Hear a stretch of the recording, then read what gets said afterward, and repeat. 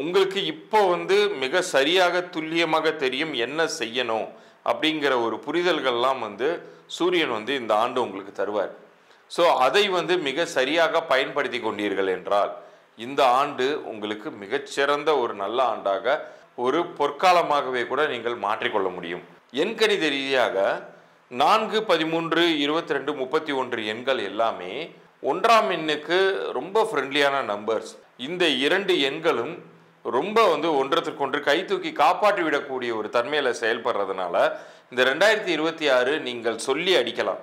ஒவ்வொரு தேதிக்குமே ஒவ்வொரு ஆதிக்கம் இருக்கு. 3னா குரு, 4னா ராகு, 5னா புதன், 6னா சுக்கிரன், 7னா கேது, 8னா சனி, 9னா செவ்வாய். இந்த மாதிரி நவ கிரகங்களும் எண்களை அடக்கம். அந்த எண்கள் ரீதியாக இந்த 2026 உங்களுக்கு நல்லது பண்ணுமா கெடுதல் பண்ணுமா? நேர்காணல்களில் கூறப்படும் அனைத்து கருத்துக்களுமே ஜோதிடர்களின் கருத்துக்களே. ஆன்மீக உண்மைகள் நேயர்களுக்கு சதீஷ் ராவின் வணக்கங்கள். இந்த பதிவில் நம்ம வரக்கூடிய 2026ல் உங்கள் ஒவ்வொருவருக்கும் எப்படிப்பட்ட பலன்கள் கிடைக்க போகுதுங்கிறத பற்றி விரிவாக பார்க்க போகிறோம். ஆனால் இதில் என்ன ஒரு வித்தியாசமான ஒரு விஷயம்னா எண்கணித ரீதியாக அதை பார்க்க போகிறோம். இப்போ உங்களுடைய பிறந்த தேதி அதனுடைய அடிப்படையில் உங்களுடைய பலன்கள் வந்து ஒவ்வொருவருக்கும் மாறுபடும். இப்போ யாரெல்லாம் வந்து 1, 10, 19, 28 தேதிகளில் பிறந்திருக்காங்களோ அவங்களாம் சூரியனுடைய ஆதிக்கத்தில் இருக்கக்கூடியவங்க. அதே போல் 2, 11, 20, 29 இந்த தேதிகளில் பிறந்திருக்கிறவங்கெல்லாம் வந்து சந்திரனுடைய ஆதிக்கத்தில் இருக்கக்கூடியவங்க. இது மாதிரி ஒவ்வொரு தேதிக்குமே ஒவ்வொரு ஆதிக்கம் இருக்குது. 3னா குரு, 4னா ராகு, 5னா புதன், 6னா சுக்கிரன், 7னா கேது, 8னா சனி, 9னா செவ்வாய். இந்த மாதிரி நவ கிரகங்களும் எண்களை அடக்கம். அந்த எண்கள் ரீதியாக இந்த 2026 உங்களுக்கு நல்லது பண்ணுமா கெடுதல் பண்ணுமா? ஏற்கனவே நிறைய பதிவுகள் நீங்கள் பார்த்து நொந்து போயிருப்பீங்க.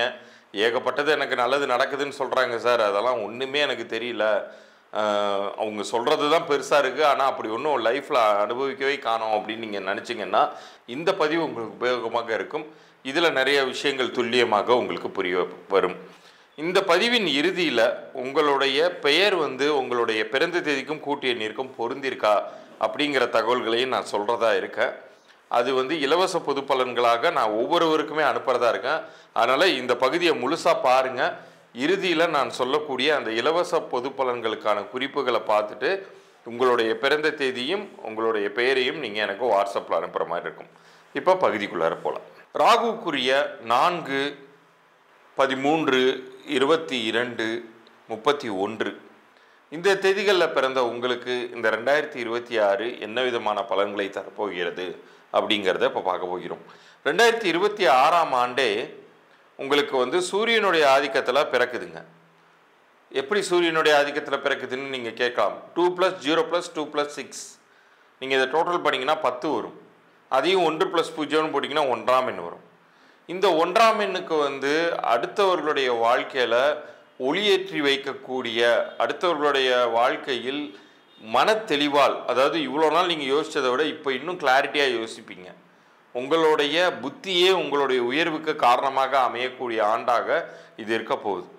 இவ்வளோ நாள் அப்படி இல்லை தான். இவ்வளோ நாள் வந்து இனம் புரியாமல் ஓடி ஓடி போய் அடுத்தவர்களுக்கு செய்து ஏமாந்து தான் போனீங்க. இவ்வளோ நாள் வந்து உங்களை அறியாமலேயே உங்களை அட்வான்டேஜாக மற்றவங்க பயன்படுத்திக்கிட்டு உங்கள் மூலமாக உங்களுடைய உழைப்பையும் காசையும் சுரண்டி வாழ்ந்திருக்கக்கூடியவர்கள் இருக்கத்தான் செய்திருப்பாங்க. நீங்கள் வெட்டியாக புலம்பிட்டு மட்டுமே இருந்திருப்பீங்க. அதனால் உங்களுக்கு எந்த பிரயோஜனமும் இருந்திருக்காது தான். ஆனால் இந்த 2026ல் அது எல்லாத்திற்கும் ஒரு முடிவு வருகிறது, ஒரு தீர்வு கிடைக்கப் போகிறது. யார் யாரெல்லாம் உங்களுக்கு வந்து இவ்வளோ நாள் வந்து துரோகம் அளித்தார்களோ, யாரினால் உங்களுக்கு சிரமங்கள் வந்துச்சோ அவங்க எல்லாரையும் இனம் கண்டு கொள்வீர்கள். உங்களுடைய மனது வந்து இப்போ ரொம்ப தூய்மை அடையும், பளிங்கு போல பிரகாசிக்கும். உங்களுக்கு இப்போ வந்து மிக சரியாக துல்லியமாக தெரியும் என்ன செய்யணும் அப்படிங்கிற ஒரு புரிதல்கள்லாம் வந்து சூரியன் வந்து இந்த ஆண்டு உங்களுக்கு தருவார். ஸோ அதை வந்து மிக சரியாக பயன்படுத்தி கொண்டீர்கள் என்றால் இந்த ஆண்டு உங்களுக்கு மிகச்சிறந்த ஒரு நல்ல ஆண்டாக, கோல்டன் ஆப்பர்ச்சுனிட்டின்னு சொல்கிறாங்க இல்லையா, அது போன்ற ஒரு பொற்காலமாகவே கூட நீங்கள் மாற்றிக்கொள்ள முடியும். எண்கணித ரீதியாக 4, 13, 22, 31 எண்கள் எல்லாமே ஒன்றாம் எண்ணுக்கு ரொம்ப ஃப்ரெண்ட்லியான நம்பர்ஸ். இன்னும் சொல்லப்போனால் இரும்பும் காந்தமும் மாதிரி ரெண்டும் இணைந்தே வந்து நன்றாக பலன் தரக்கூடியதாகவே அமையும்.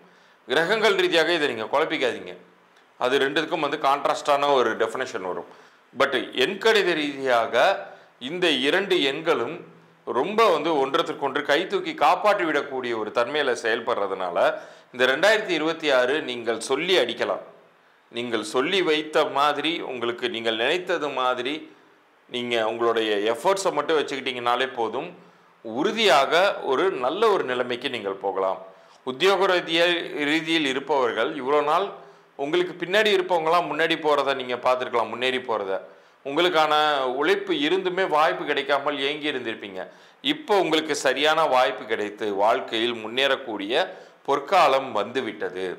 யாரெல்லாம் தொழில் ரீதியாக மிகவும் நலிந்து கஷ்டப்பட்டுக்கிட்டு இருந்தீங்களோ, உங்களுக்கு தொழிலில் நல்ல உயர்வுகள் உதவிகள் கிடைக்கப்பெற்று அடுத்த நிலைக்கு உயரப்போகிறீர்கள்.